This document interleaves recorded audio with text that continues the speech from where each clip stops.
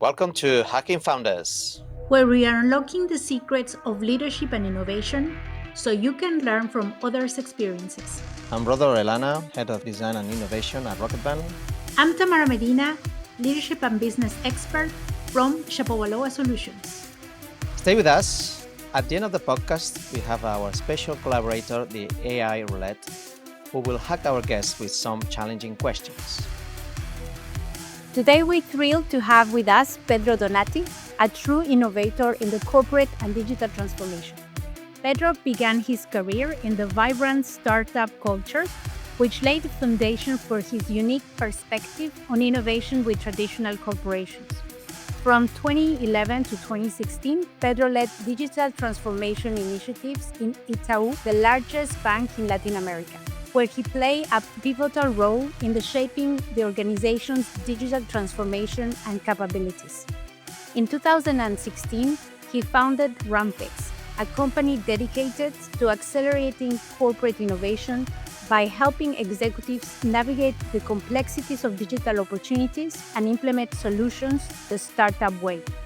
Most recently, Pedro completed a significant transformation as a CTO at Superbeer, the largest corporate assets marketplace in Latin America, before transitioning on to pursue new challenges. Welcome to the program. Thanks, Samada. It's a pleasure to be here. Thanks, Rodo. So, please give us a bit, how everything started. Well, I've always been really fascinated how technology can change people's lives, and really early in my career, I had the opportunity to be somewhere in a company that was bringing that kind of innovation in a way that was transforming people's lives, and that really changed me. I was at the beginning of e-commerce in Brazil, and in Brazil being such a continental country, there is this incredible misalignment and difference into consuming access. Consumers access products in very different ways depending on where you are in Brazil. If you are in Fernando de Noronha, an island in northeastern of Brazil, and you want to buy a refrigerator, well, you used to have like two options, and they had gone through several distributors to get there, so the price was a lot higher, and the offer was a lot limited, and there was no credit. And you were in São Paulo, the largest city in the country, you had like 10, 12, 20 different options with credit, with competition, and there was such a difference on consumer offer. And what e-commerce brought to Brazil was really this democratization of the ability to consume and to buy things.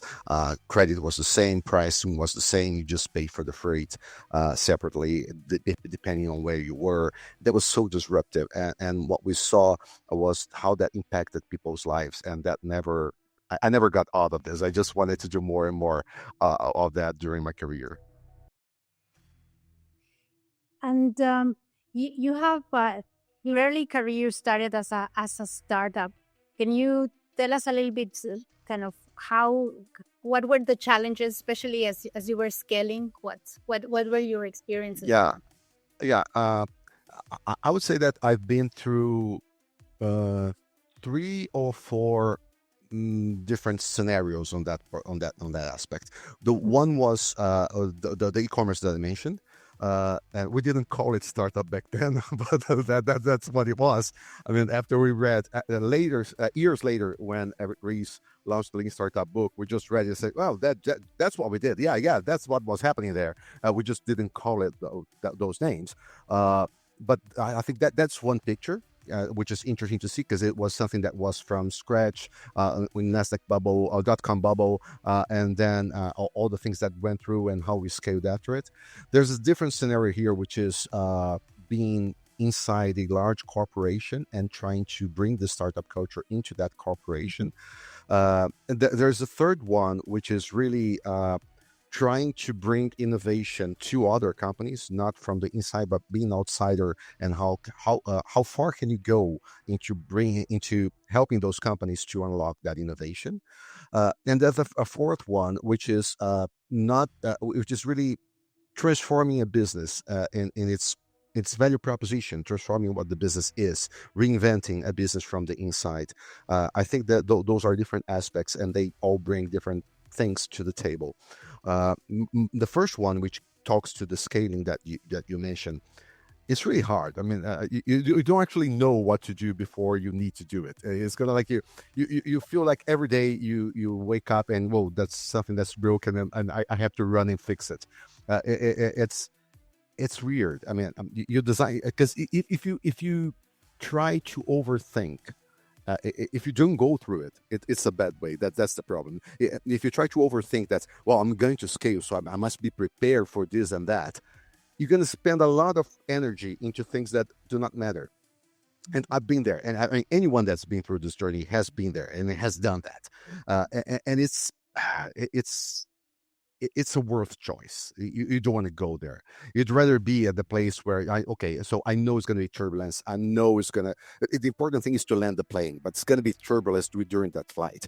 When you cannot foresee where the demand and when the demand is coming, and where is that gonna impact your technology, your model, your operation, and it's different every time, because it depends basically on people's decision, people's interaction, people relationship with your vendors, with your customers, with the way that the operation works. So you cannot foresee that. Just give you two examples on how that happened. One was when we first designed the e-commerce. There was no segregation between the shopping cart and the sales team managing the commercial team managing the products. So I had this race conditions in technology, and sometimes they locked the register and the shopping cart would have problems. And that was not a problem up to certain big amount of transactions. But when you're reaching several transactions per minute, that becomes a problem. And when you scale over than that, then you find out that it's more than that. You actually go into limits of the kind of technology that you choose, and then you have to change the technology that you have, just because you need to cater for that incredible amount of transactions. Back at the bank at Itaú, there were specific situations where I was starting to use certain kinds of databases that offer incredible ability to capture data, but they have eventual consistency. So depending on how I do the query, I might get a different answers. Not that if it's one, it's fun. If it's zero, it's zero. So you kind of choose. You have a whole portfolio of technologies, and that's the beauty of it. You have a whole portfolio of solutions, but you need to cater that for a problem. The big issue is when you start from the solutions and start thinking, what can I do with this? And that's frustrating, because you're not coming from a need. You're not coming from something that's really should be solved.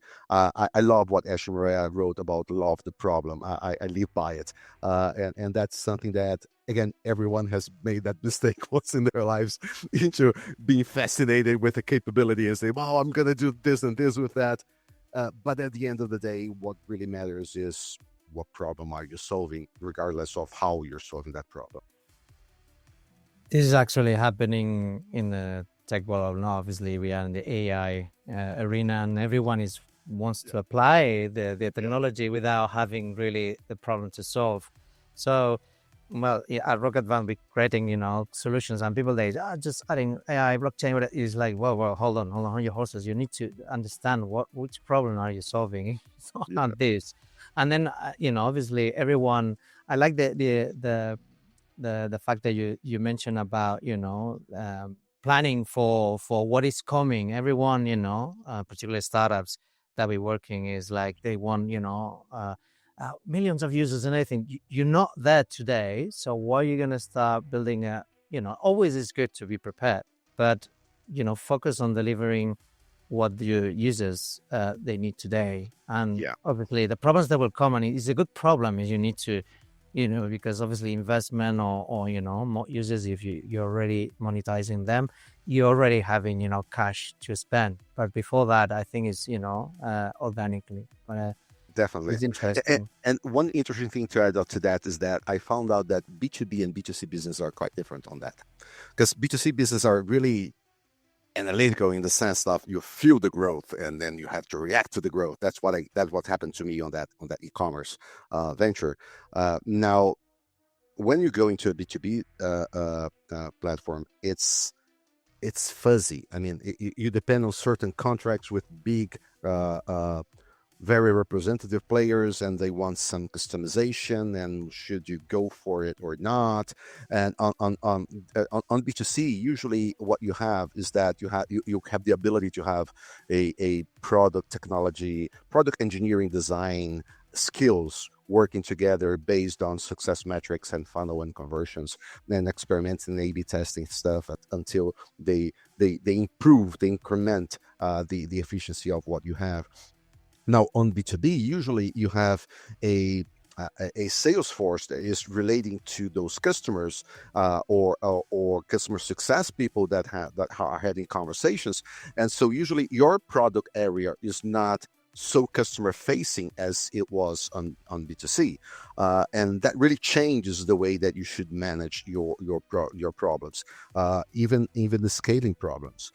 In B2B, also scale usually walks into steps instead of getting there. It just suddenly you get something that changes the reality that you had before, and if you lose that trust with that client, usually that also means that you go a step below, and that can have a lot of impact on your environment. So it's a different management. It's a whole different thing.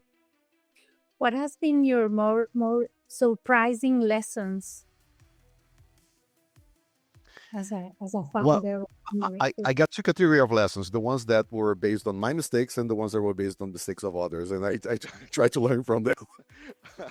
But I'll start with my mistakes. I think the not clearly categorizing, separating what is a digital transformation on channels and on business proposition is a mistake I've done before, and never to do it again. It's incredible how different it is because when you see from the outside, you're just thinking about modernizing the company and making it digital and agile and using new tech, and you just see all that from the outside. But from the inside, there's a big difference on, well, are you changing what you offer to the market, or are you just changing the experience people have with your service? Because if you're just changing the experience they have with your service, then your strategy can be, well, how is your competition that offer the same service? How do I differentiate myself into bringing, and usually empowering digital channels there is key, and it's fast. It's fast. In 1 year, you're going to see the difference. In months, you're going to see the difference. So the feedback is really tangible, and that creates momentum. That surprises the company, usually the shareholders, into, whoa, what's going in here? And then you create momentum for the digital transformation, and you bring everyone together, and then everyone wants to be a part of that, because all the powerful people in the company are looking at that, so they want to belong there. And so that is one thing. The other one is when you're changing the value proposition. And one mistake I have made was to change the value proposition and do it from the inside. Now, if you're changing the digital channels, you must do it from the inside, because you have to bring over all the things that you already offer into a new user experience. So you should target like segregating the channels and giving them ability and keeping the company as it is, so that they gradually go into this new drive of velocity. Now, when you're changing the value proposition, it's a whole new thing. Even though, because you might be dealing with something that makes sense, but just not now. You might be dealing with something that makes sense, but not in a way that you expected it to be, not in the form or in the wording that you expect it to be for people to understand. So that takes a little longer. And if you're changing your value proposition, you probably are changing the supply chain and all the interactions that go to the market. You're probably disintermediating something within a current process. You're solving a problem a different way, and that depends on how the market will accept you and what resistance we will find when you try to change that. So it's a different scenario. It takes longer. It took me about 4 years at Superbit to change it from an auctioneer into a marketplace of auctioneers. And while in that journey, we figured out the next transformation, which is the exchange, the capital goods exchange, and why that makes sense. And that, by the way, that's using blockchain and AI. And we can go further. That's a real application of blockchain. I'm glad that you, at least you, Yeah, it it's exists. meaningful. We're calling meaningful tech, but yeah, I'm always questioning, my clients. One day, oh, I got a brilliant idea. It's like, great, but I coming here to debunk it just to understand that is really what they need. Because I believe that you are with me that technology today is not the problem. It's relatively easy to implement. We're not talking about fusion, nuclear fusion or something. It's different. But yeah, you can create almost everything that you say. The only thing is like, would it be the right feature to build? That's to me is the point, Brodo. I think your sentence is incredibly accurate, because it really intrigues me. Since it's so accessible to be, and it's accessible because there are several abstraction layers that made it easier for us to use. We're using framework over framework and abstraction over abstraction. So to get closer to human language into how to create technology.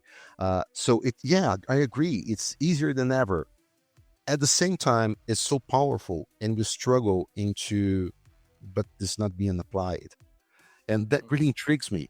Why the application is so less frequent than it could be based on everything that's available.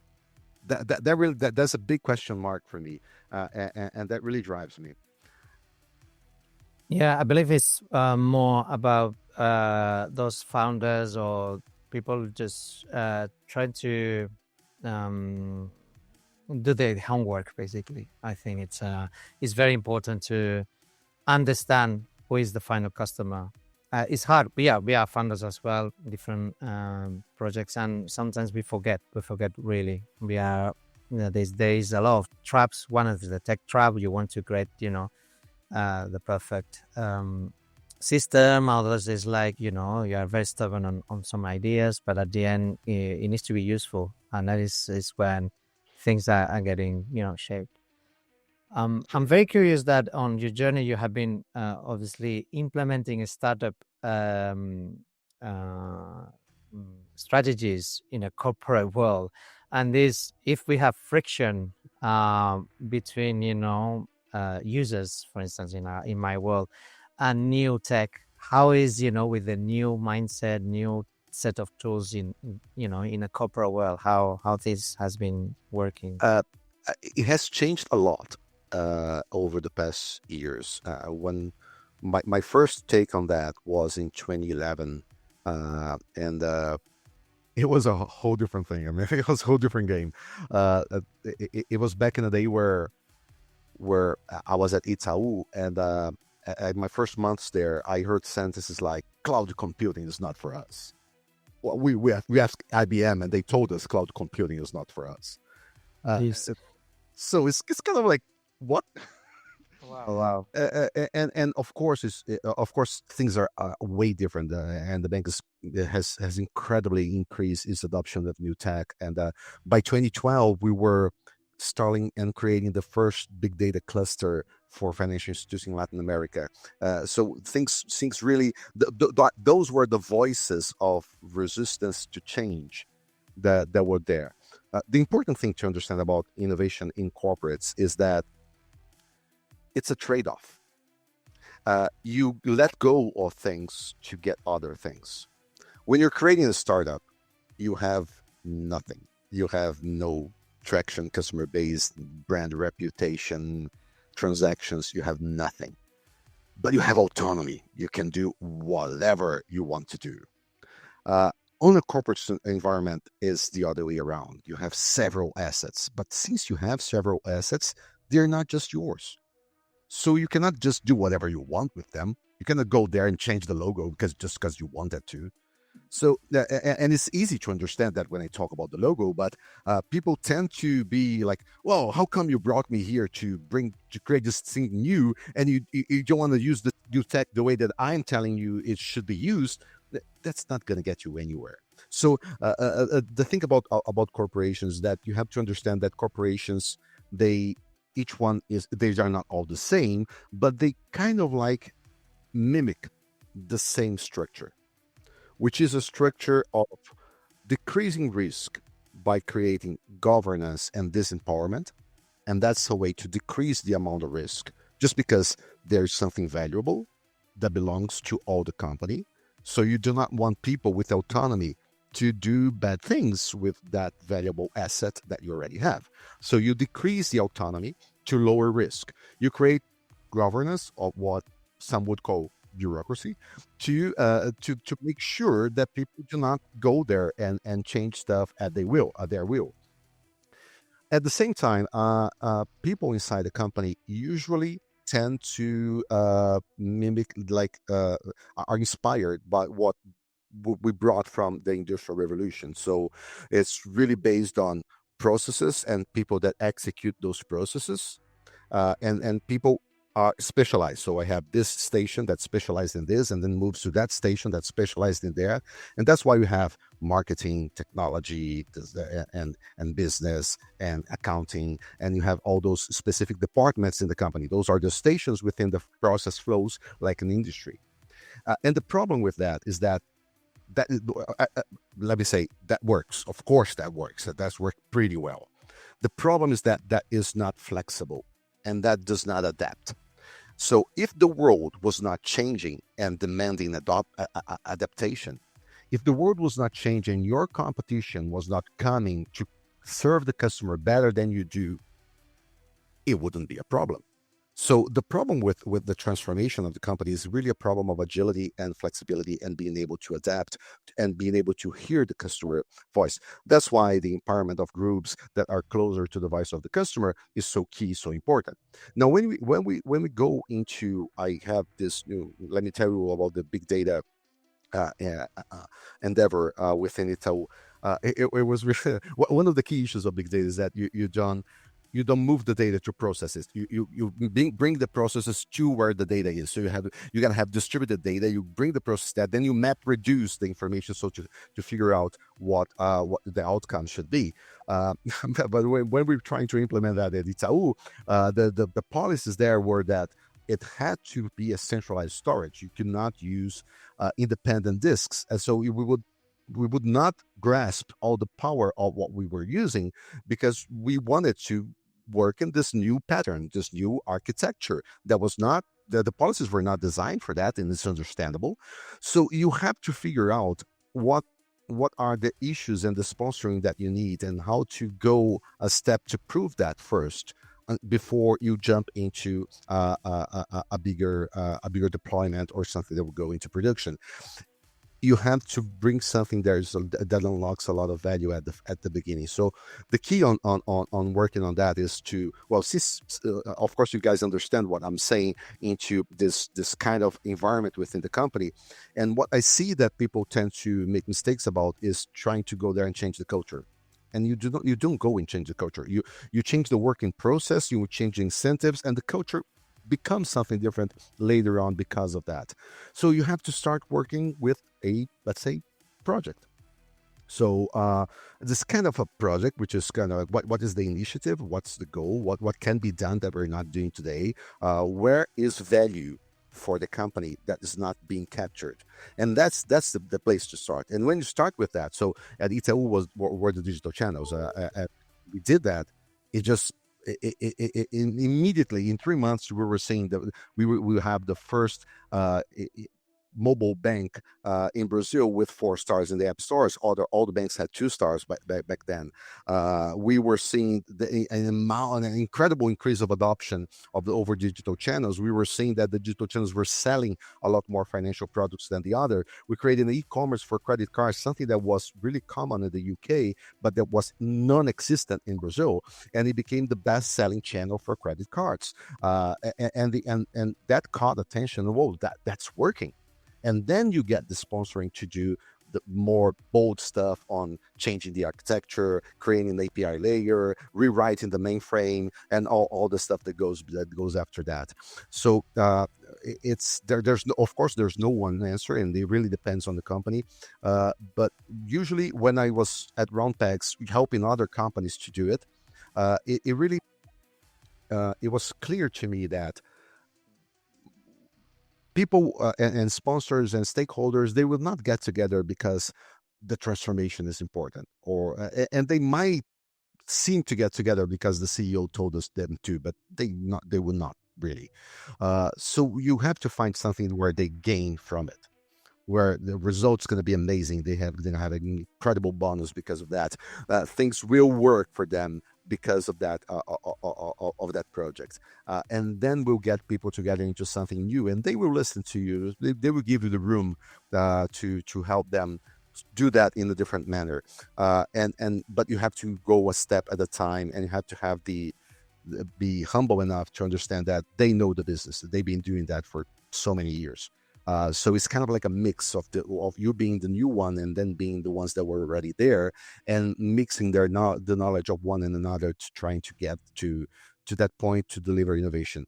But just to wrap it up, there is one incredible thing that fascinates me about that, is that corporations, they are like amplifiers. They amplify the innovation in ways that a startup rarely can do. Some can, but just this really small fraction of them really can do that. But when you get to a corporation that already have those channels, that brand, that public, it's incredible. You just do something, and suddenly you have thousands of people using that. It's incredible. It's so gratifying. So I really see that corporations play an important role in that thing that I mentioned at the beginning, which is how technology can really change people's lives. Because if you come to think of it, with a few exceptions of startups, unicorns that became part of our everyday lives, the majority of our everyday interaction still is with traditional companies that were already there, with the companies that we already had relationships with.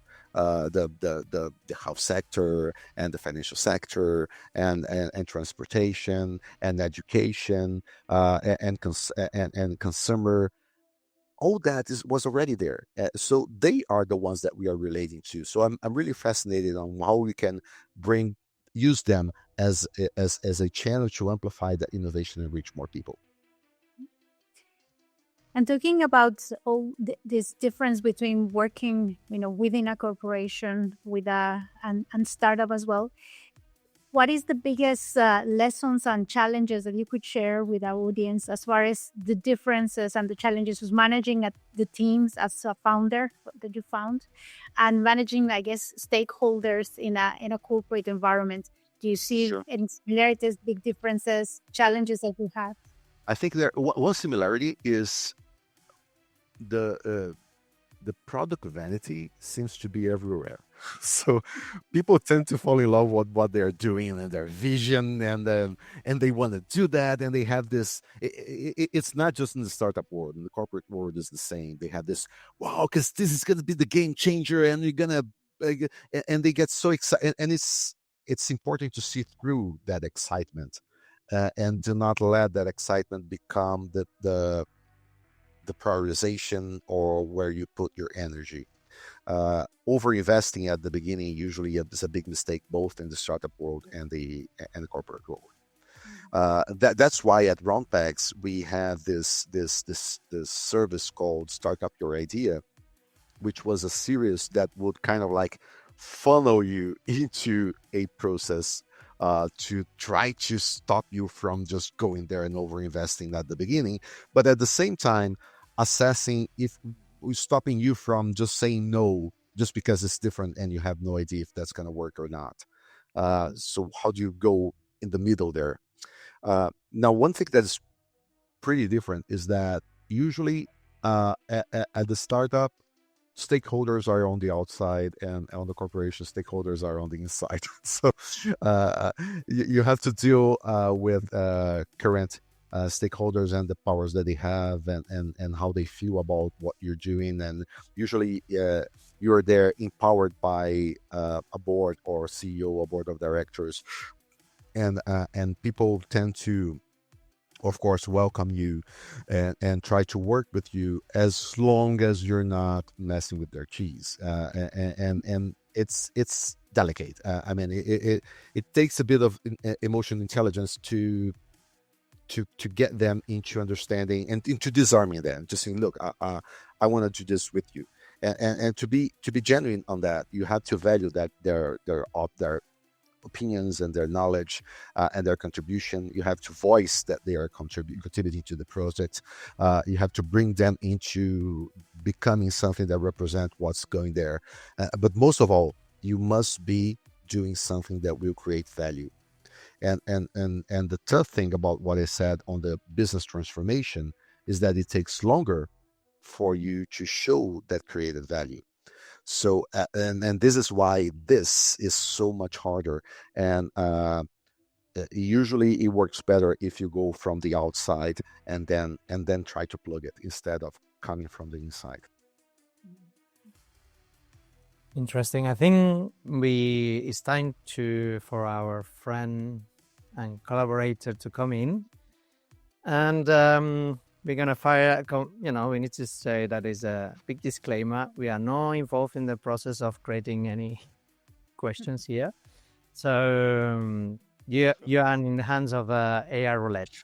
So let's see what it says. Well, Oh, okay.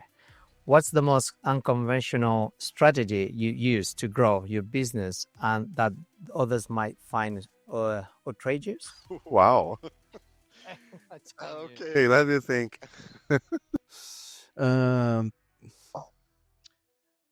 I'm not sure if others will find outrageous, but well, in different senses.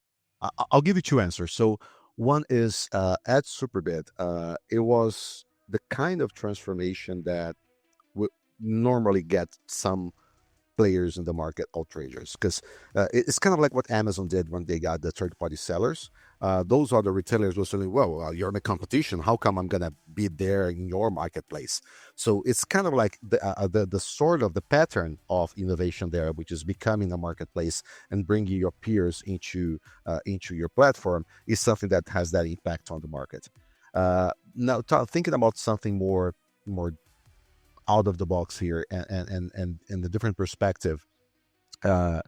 Sometimes you're looking into something and you just find something else, and that usually is because you start listening to customers and you figure out, whoa, look at how they think. Yeah, we had no idea they thought that way. So we were, and it's been enough time so I can talk about that.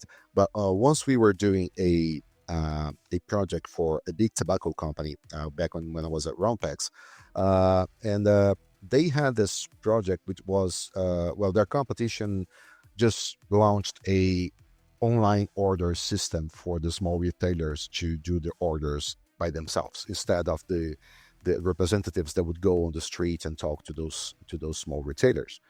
Uh, and they were really inspired. This tobacco company was really inspired by GM and by all that startup culture pitch. And they said, well, help us here. What could we do to think about this in a different perspective? The project was already up and running, so they kind of like didn't have much maneuver to do, but they wanted to check it anyways.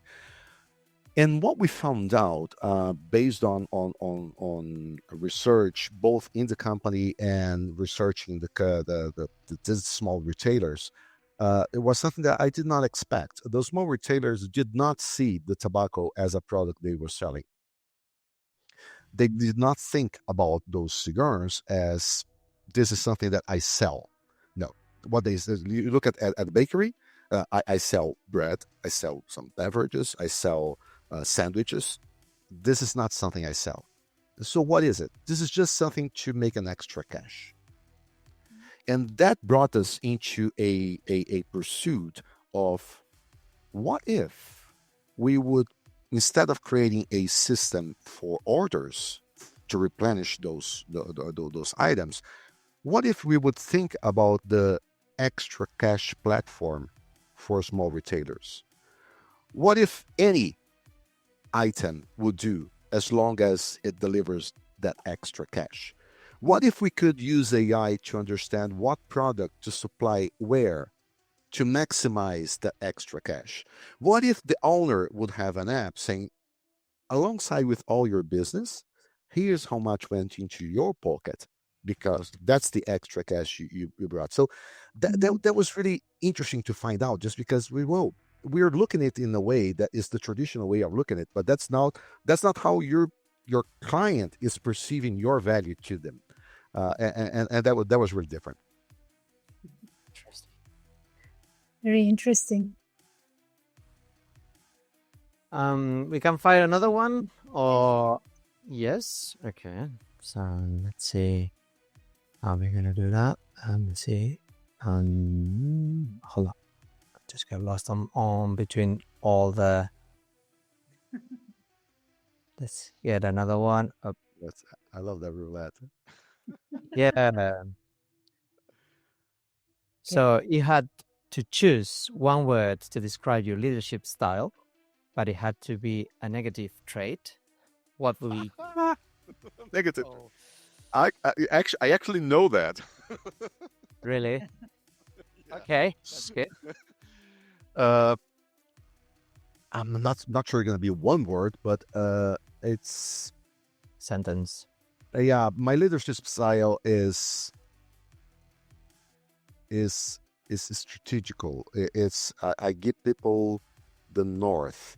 I give people the direction, but I trust people into how do they think we should get to that direction, and there is at the same time a quality and in something that it doesn't work sometimes. I think that any leadership model would state that it never works all the time. It doesn't work all the time. So, in my opinion, is you kind of like make a choice, and I'm a strong believer that we attract what we by based on what we offer. So, if I would offer a more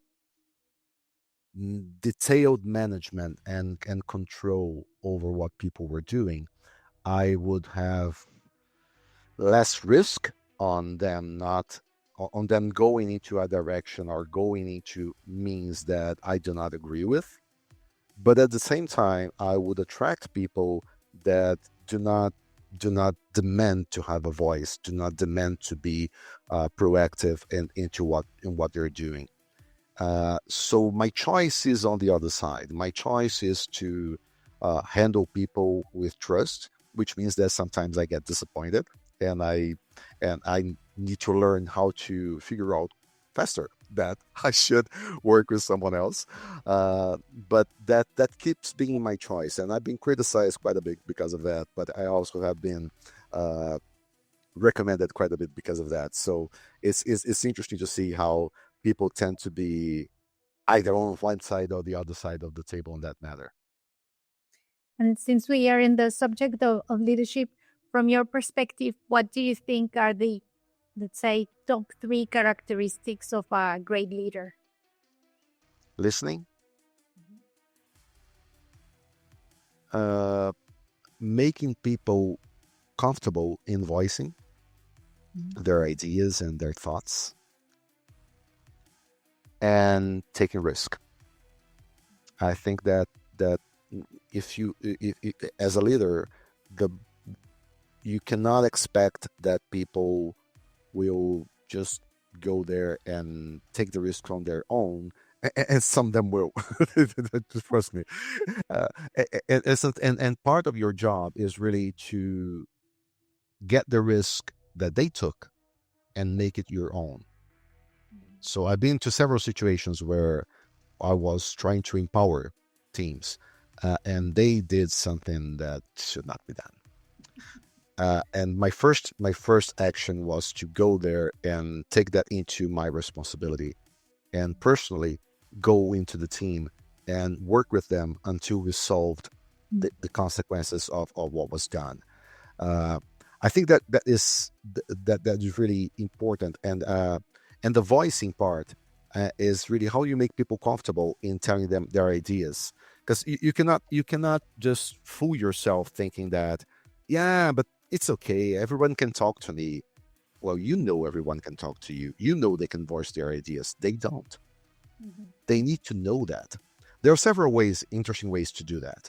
One is to explicitly state that when you're in a conversation, say, look, I really want to hear what you guys want to say, or what do you think about this? Or if you know someone that has the skills and is not expressing himself or herself, and you clearly say, what do you think about that?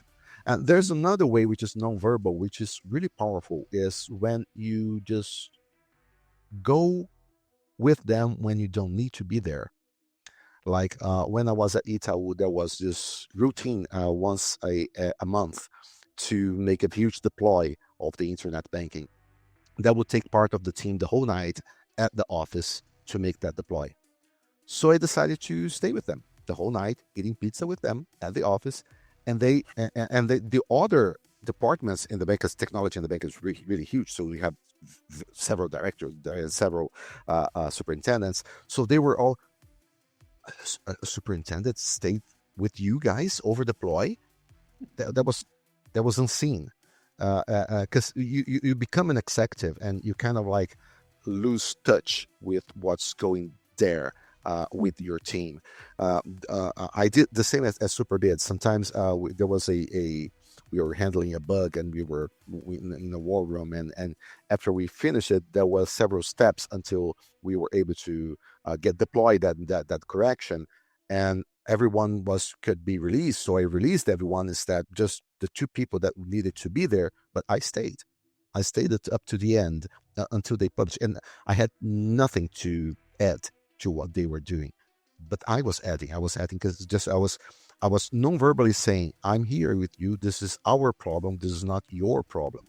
That creates the kind of connection with people that would make them more comfortable in voicing their opinions to you, because you become someone accessible to them. So voicing is important, and I think that it's your responsibility to give the direction. You cannot just get them there and just to figure out where to go. You have to have something to point as this is where we're going, so that they know what they're working for. So I think those three would do the trick. Thank you very much. Before we close the program, is there anything else that you would like to share with the audience? Any last words of wisdom? No, I wouldn't say words of wisdom, but I am I'm pretty fascinated about today, about agents, about AI agents. I truly think that what we're seeing, of course, we are at early stages, and everything at early stages just seems to be definitive. It seems to be. So we used to say, "Oh, e-commerce is gonna kill traditional retailer." Trail, and we ended up with multi-channel. We say, "Oh, no big bank is gonna survive this," and they are still there and adapting, and we have the new and the traditional ones adapting, and the new ones coming. So what fascinates me about AI agents is that I think there are three main areas that interest me. One is AI as a tool, and how can we make more people fluent in using those tools. It's kind of like having a spreadsheet instead of doing things just on a piece of paper. So that kind of education is so important. And I think that if companies do not take charge on piloting that education and sponsoring that education, is going to be harder. I think that more and more people should be educated on how to do it, just because it's differently, and that's something that's unique to this transformation. In previous transformation, like in microcomputers and any mobile, we had more time to transition. So usually what happened there was that a new generation came knowing how to use computers, and the old generation was retiring. And there were this transitional aspects. A friend of mine was telling me about when he was an intern at an engineering, a civil engineering office, and there were the traditional engineers that were drawing into those big draw papers and boards of the design of the structure, and then they would give that paper into a room. There were people with the CAD, the CAD, the software, to the architectural software, to draw that into the computer. They were copying what had been done in traditional way to the new way. So we won't have time for that anymore, because it's too quick of a transition. So the alternative is to educate your employees, educate your company into using those tools. The second one is when you think about AI embedded in your product. And AI embedded in your product goes into a very interesting conversation on what is to embed AI. We are still seeing the first stages of what is to embed AI.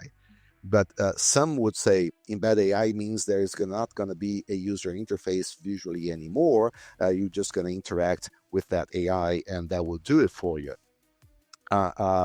which is like the end of SaaS.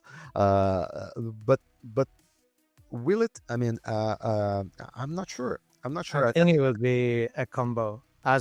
As you well said about the e-commerce, some people, they will still be implementing AI for real estate agencies as well. And obviously the traditional one is a directory. You look for an investment or more, or just you're buying or renting a house, so you do the filters and everything. But we started to have a chatbot that is connected to the database, and it does exactly the same, but use a conversation. So I think it's possible. Then it's a choice. So more people, the next generation, they won't use Google as we used to do. Sometimes I'm Googling, it's like, why am I here? And searching for the solution or for different opinions. If you can summarize using AI, it's not yet there, but it will be. So I think it's given the option. Google won't disappear. It's a whole generation that is still using it. It's like Facebook is still there, and it will be. Generations are choosing different channels, different ways. TikTok is the proof that we thought, after Instagram, no one will create a new thing. Yes, they will do. They start dancing, and now people, they even, teaching, they're doing crazy stuff that makes you think that it's not just that they will do, they have to. Sometimes it sounds like this statement of the new generations. I'm not going to use what you use. I'm going to use this new one.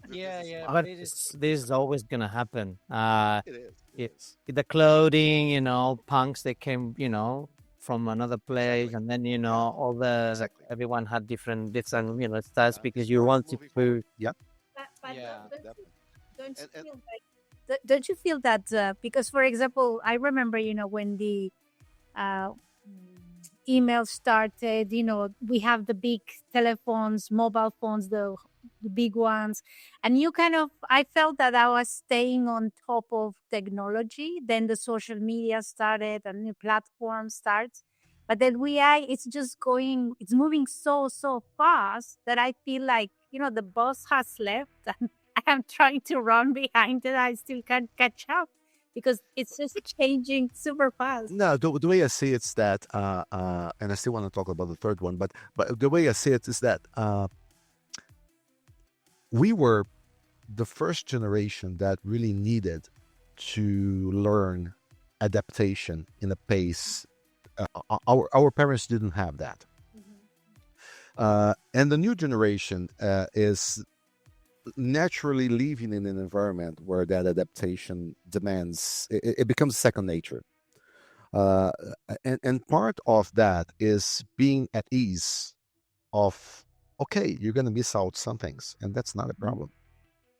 I think that's natural. You don't have to know everything.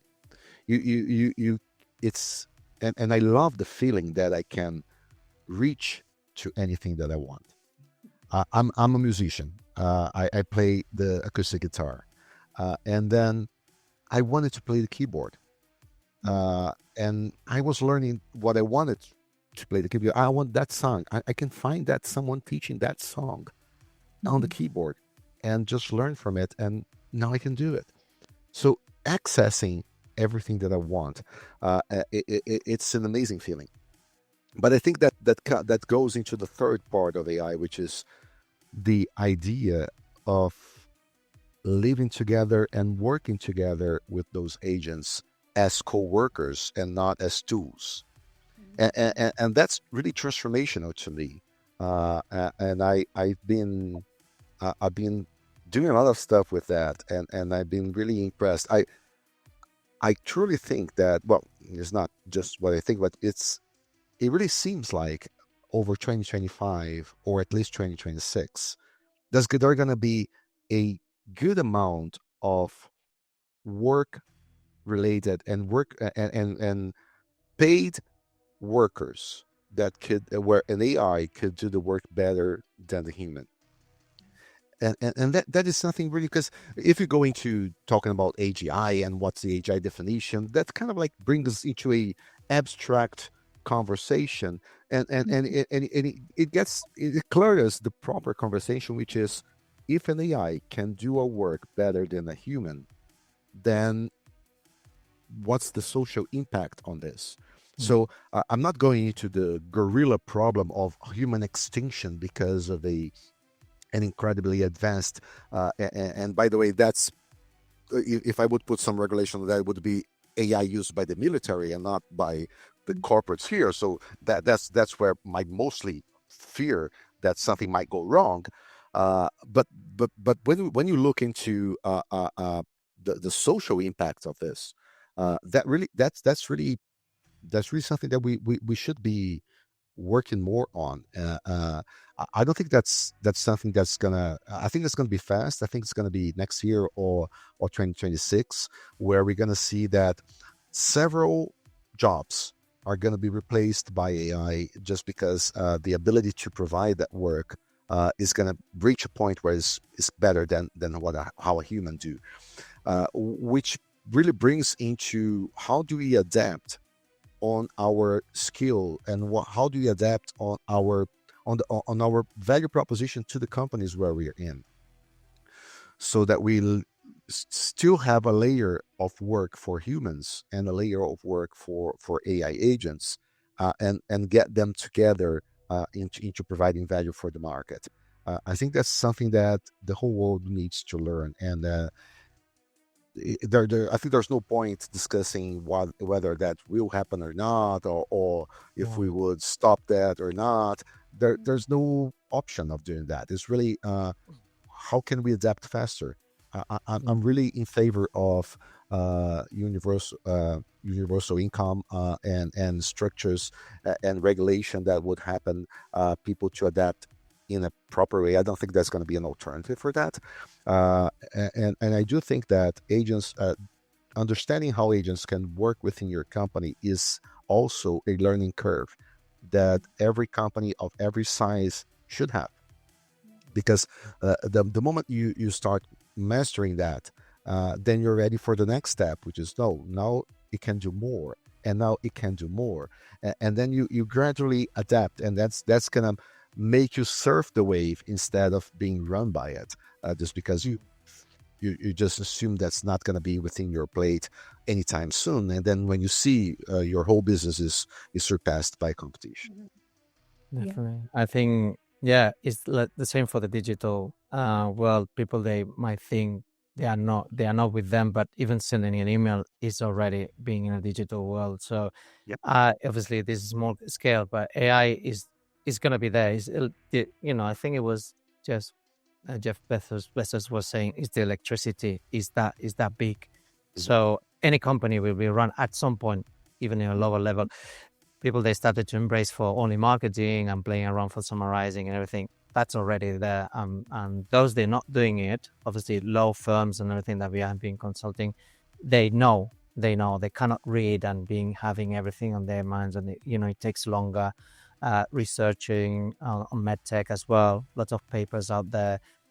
Machines are there to be precise and be able to handle all this amount of data. So coming back to those drawings on that architecture firm, you won't be people doing by hand. I think we need to reskill ourselves and investing in soft skills. That's important, and having the direction and mindset on vision. That's something that at least for now machines they can do for us. Cannot. Yeah, I totally agree. I totally agree. And that's something that's really in my mind now that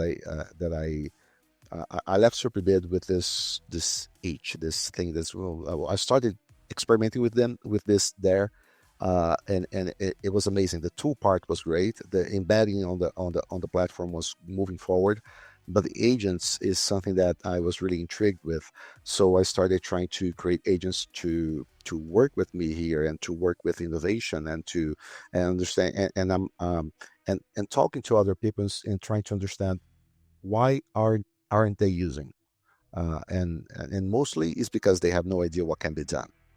Uh, but also they have a clear idea of the things that could probably be done there. So there's this gap into how do this business access that capability, and a lot of companies are trying to fill that gap in different ways. And that's really what's in my mind right now: how to get more people with learning on how to use AI agents in their companies.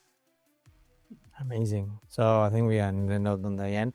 Thank you very much, Pedro. It has been a lot of things that we learned today, and we really like to discuss. And I'm sure we'll have another one.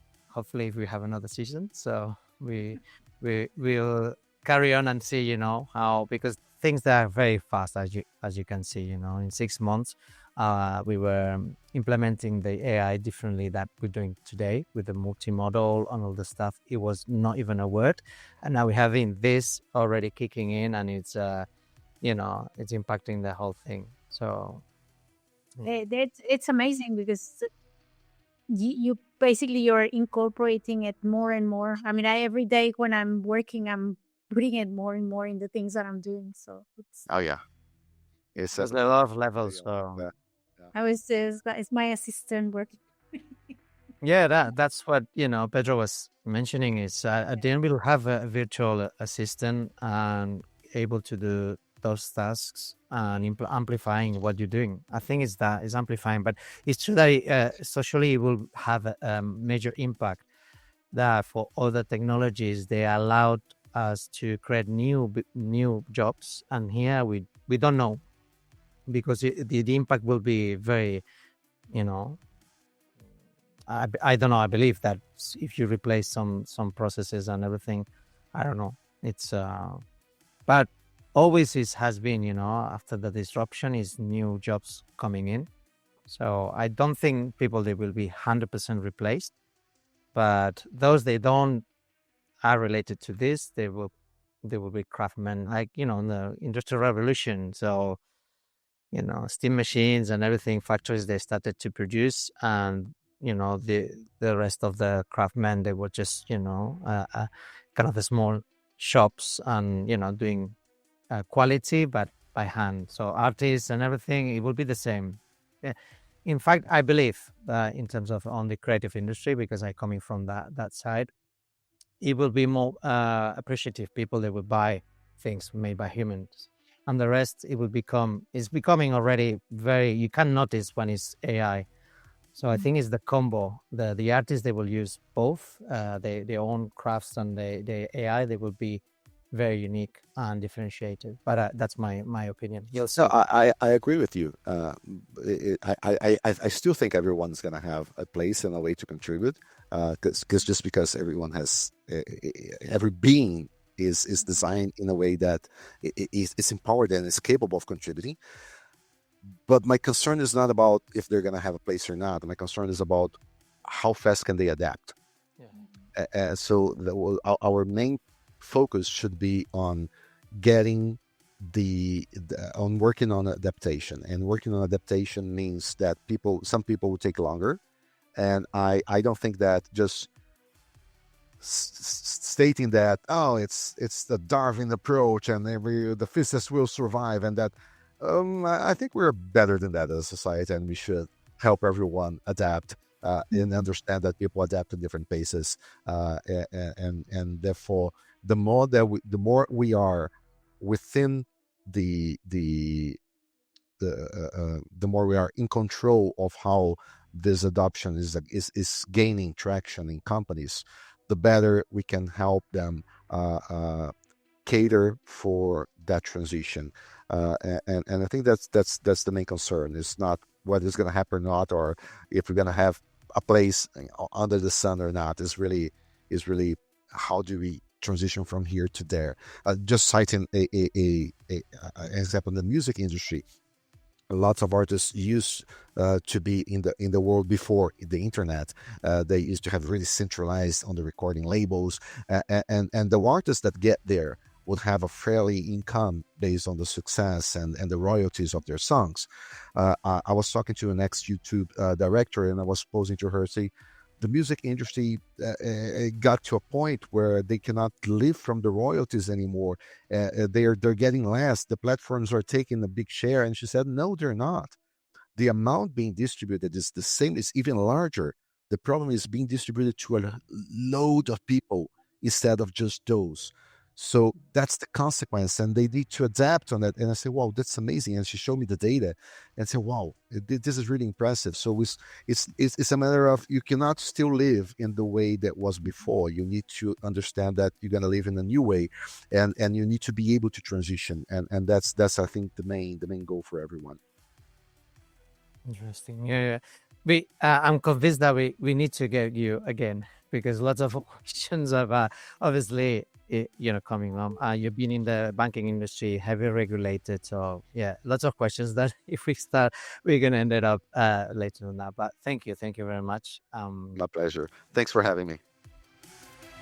Thank you for listening. Join the conversation, follow, like, and subscribe on our different platforms. This podcast was brought to you by Rocket Van, Chapo Solutions, and Harrington Blue and Partners.